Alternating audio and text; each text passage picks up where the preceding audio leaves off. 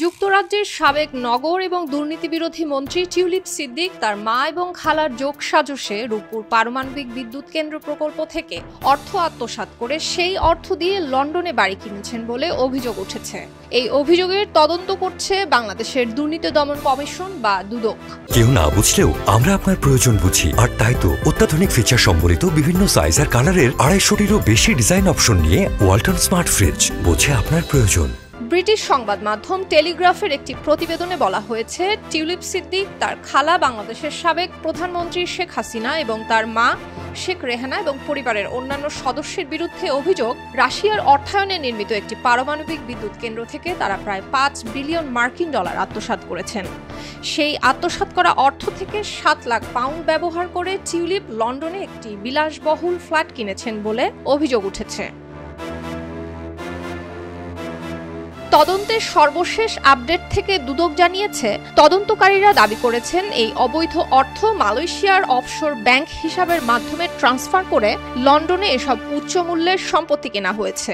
বাংলাদেশের দুর্নীতি দমন কমিশনের একজন ঊর্ধ্বতন কর্মকর্তা টেলিগ্রাফকে নাম প্রকাশ না করার শর্তে বলেছেন, গোপন অনুসন্ধানে এসব অভিযোগ সত্য বলে নিশ্চিত হবার পরই তারা প্রকাশ্যে তদন্তের সিদ্ধান্ত নিয়েছেন। এই কর্মকর্তা আরও বলেন, তাদের কাছে অভিযোগ এসেছে যে টিউলিপ সিদ্দিক বাংলাদেশে তার পরিবারের সঙ্গে যুক্ত অর্থ পাচার এবং অবৈধ লেনদেনের সঙ্গে সরাসরি জড়িত ছিলেন। সূত্রটি আরও বলছেন, অফশোর ব্যাংক হিসাব এবং সম্পত্তি কেনার ক্ষেত্রেও টিউলিপের নাম উঠে এসেছে, যেটি অবৈধ অর্থের মাধ্যমে অর্থায়ন করা হয়েছে বলে সন্দেহ করা হচ্ছে। দুদক জানিয়েছে, শুধু টিউলিপ সিদ্দিক একাই নন, তার পরিবারের অন্য সদস্যরাও লন্ডনে বিভিন্ন বাড়ি বা ফ্ল্যাট পেয়েছেন, যার মধ্যে 6,50,000 পাউন্ড মূল্যের একটি ফ্ল্যাট এবং উত্তর লন্ডনে 15,80,000 পাউন্ড মূল্যের একটি বাড়ি উল্লেখযোগ্য। তদন্তকারীদের দাবি, এসব লেনদেন আন্তর্জাতিক মানি লন্ডারিং চক্রের মাধ্যমেই পরিচালিত হয়েছে এবং কর্তৃপক্ষ এখন এই সম্পদের প্রকৃত অর্থের উৎস তদন্ত করছে। তবে এটি এখনো স্পষ্ট নয় যে এগুলো সেই একই সম্পত্তি কিনা যেগুলো নিয়ে কিয়ার স্টারমারের নৈতিকতা উপদেষ্টা লরি ম্যাগনাস তদন্ত করেছিলেন।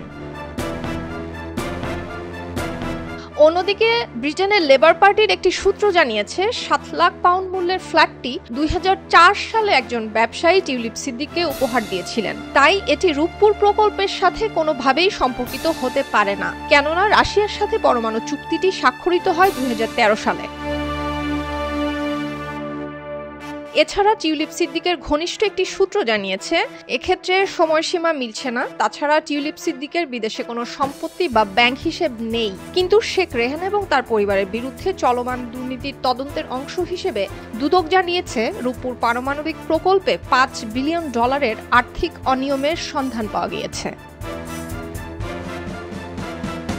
দুদক অভিযোগ করছে, 2013 সালে মস্কোতে একটি বৈঠকে শেখ হাসিনার সঙ্গে রুশ প্রেসিডেন্ট ভ্লাদিমির পুতিনের পাশে দাঁড়িয়ে ছবি তুলতে দেখা গিয়েছিল টিউলিপকে। ওই বৈঠকেই রাশিয়া বাংলাদেশে 12 বিলিয়ন ডলারের বেশি ব্যয়ে রূপপুর পারমাণবিক বিদ্যুৎ প্রকল্পের অর্থায়নের প্রতিশ্রুতি দেয়। টিউলিপ সিদ্দিক ওই চুক্তি বাস্তবায়নে মধ্যস্থতাকারীর ভূমিকা পালন করে এবং তার পরিবার এই প্রকল্প থেকে 3.9 মিলিয়ন মার্কিন ডলার আত্মসাৎ করে। ডেস্ক রিপোর্ট, খবরের কাগজ। খবরের কাগজ, নিখাদ, নির্ভীক, নিরপেক্ষ।